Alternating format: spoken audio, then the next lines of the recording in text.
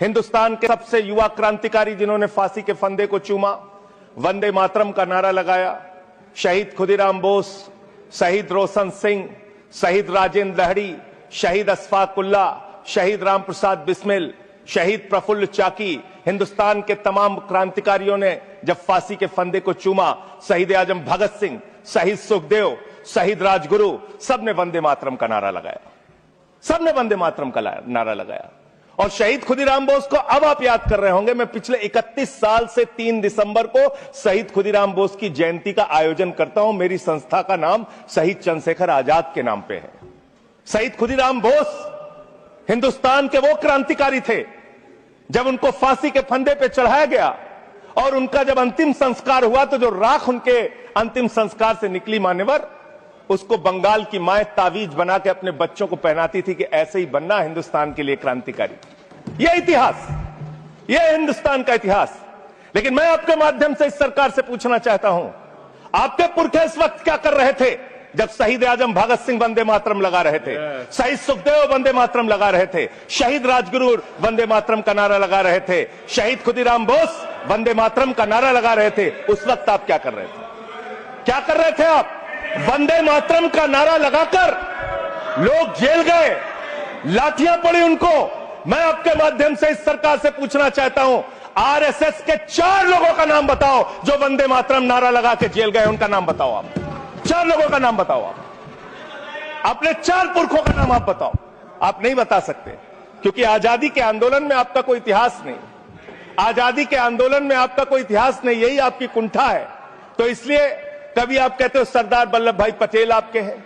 अरे भैया, सरदार वल्लभ भाई पटेल ने आरएसएस के ऊपर बैन लगाया था, यह रिकॉर्डेड हिस्ट्री है। और जब 18 महीने जेल में रखा गया आरएसएस के लोगों को राष्ट्रपिता महात्मा गांधी की हत्या के अपराध में, जब उनको छोड़ा गया, बैन हटाया गया, तो उसमें शर्त लगाई कि आप राष्ट्रीय ध्वज को मानेंगे, यानी कि आप तिरंगे झंडे को भी नहीं मानते थे। आपने 52 साल तक हिंदुस्तान का तिरंगा झंडा आरएसएस के मुख्यालय पे नहीं फहराया सर, नहीं फहराया। और 3 लोगों ने आरएसएस के मुख्यालय पर जब यह झंडा फहराया, उन तीनों के नाम मैं पढ़ रहा हूं, विजय, उन्मत, दिलीप, इन तीनों लोगों के खिलाफ आरएसएस ने एफआईआर दर्ज कराई। किस अपराध में? कि हमारे दफ्तर में तिरंगा क्यों फहरा दिया। और कितने साल तक मुकदमा लड़े? 13 साल तक मुकदमा लड़े। यह है आपकी असलियत। आप तिरंगे का विरोध करते हैं, भारत के राष्ट्रीय ध्वज का विरोध करते हैं। जो लोग तिरंगे और राष्ट्रीय ध्वज का विरोध कर सकते हैं, वो भारत माता के सच्चे सपूत नहीं है, वो नहीं है हमारे निगाह में। और मैं आपको बताता हूं sir,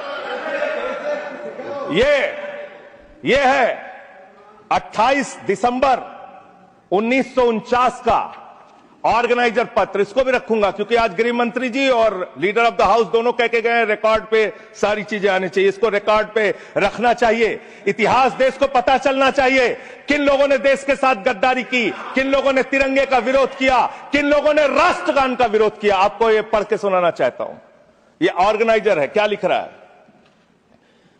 what is the moral sanction behind governments choice of Jana Gana मन except that it can be made an item of entertainment।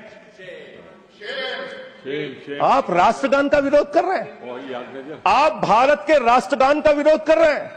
आपके मुख्य पत्र में भारत के राष्ट्रगान का विरोध लिखा गया है।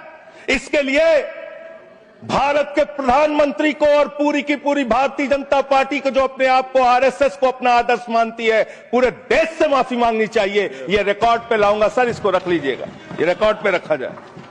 मान्यवर, फिर से बोल दे रहा हूं, 28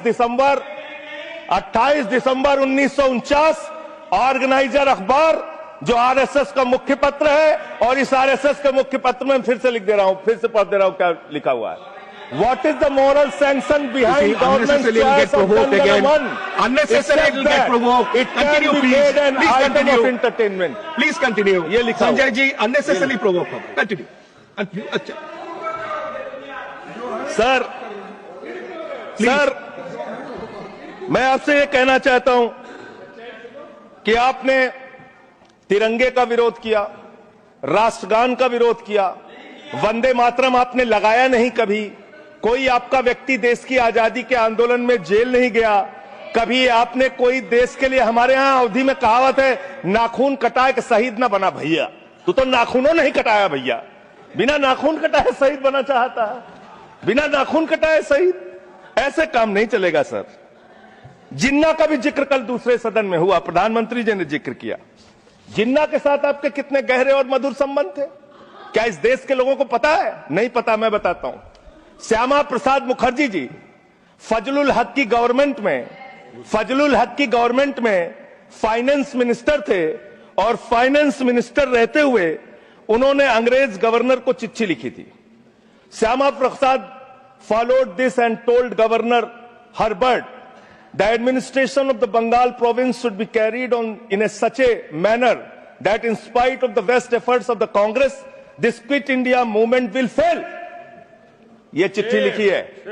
आपने भारत छोड़ो आंदोलन के खिलाफ आपके नेता, जनसंघ के पहले राष्ट्रीय अध्यक्ष और तत्कालीन गवर्नमेंट में जो वित्त मंत्री थे, उन्होंने चिट्ठी लिखी अंग्रेज गवर्नर को और कहा कि भारत छोड़ो आंदोलन, जो हिंदुस्तान के क्रांतिकारियों का आंदोलन था, जो देश की आजादी का आंदोलन था, वो आंदोलन कुचल देना चाहिए, खत्म कर देना चाहिए। ये है रिकॉर्डेड हिस्ट्री आपकी।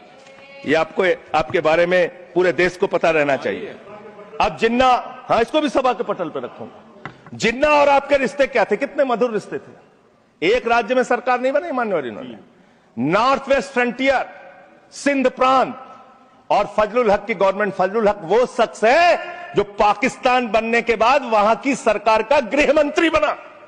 आपके रिश्ते उन लोगों के साथ थे, ये देश को पता होना चाहिए। इसलिए आप किसी को भी देशभक्ति का प्रमाण पत्र बांटने का काम मत कीजिए।